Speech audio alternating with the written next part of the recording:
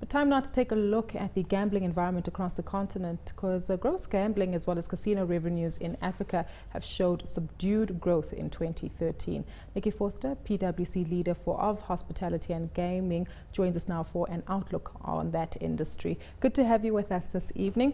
Tough times that we saw in 2013, and it does seem as though the remainder of the outlook for the years to come is also fairly subdued. Let's start locally in SA. What's fundamentally wrong there? I think the consumer, the gambler's under pressure. There's a limit to the amount of disposable income they have. Prices are continually rising. There's pressure on food, there's pressure on fuel. There's only so much you can do with your leftover disposable income. Nikki, I always thought that this was a defensive industry. If you're depressed, you have a glass of wine or a beer or a fruit juice or something like that. If you're happy, you do exactly the same. I would have thought that if you're depressed about your financial situation, you say to yourself, well, maybe if I put some money in a slot machine, I'll be able to deliver myself from this financial repression. But clearly not the case. I spoke to myself on Olok today from Soko's son, and he talked to me about the gambling revenues, and they're not looking great.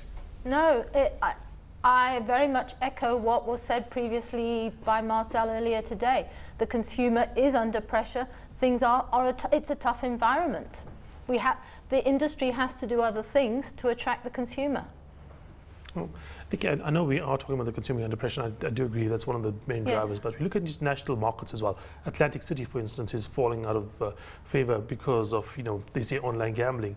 Macau is seeing some pressure come through as well. So we are looking internationally at markets that maybe not as the consumer is not as being as badly affected as the South African consumers. So how much of it is just due to the consumer? How much of it is due to a change in the structure of the market as well? It's difficult to say at this stage. I do seriously believe that a lot of it is the consumer at this point in time, and I do believe there is the opportunity for future growth in the markets. I do agree with you that there is a global tendency for the markets to be suffering at the moment, and you're quite right.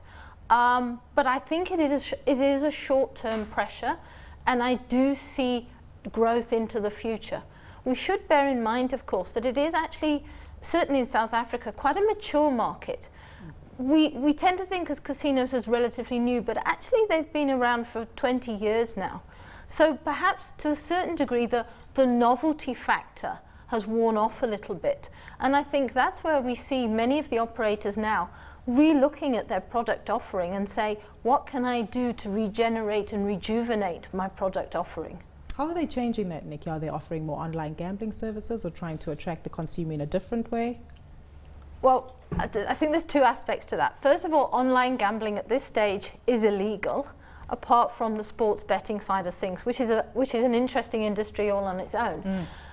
But in turning to the bricks and mortar casinos, it's actually increasing the product offering.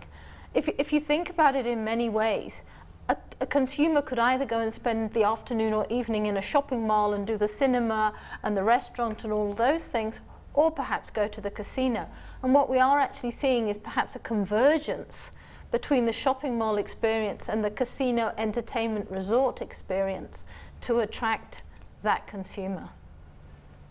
Nikki, Lindsay again, it fascinates me what the future of gambling in South Africa will be. Will it be people who sit on a chair at a casino and get given drinks and play blackjack? Do they sit at the slots? Or do you sit in somewhere and almost for 24 hours and gamble on horses, whether it be in Hong Kong or Dubai or in South Africa or in England? Do they bet on football matches? Where's the growth area going to come from? The casino market will always be there. It will always be the biggest element of the gambling industry.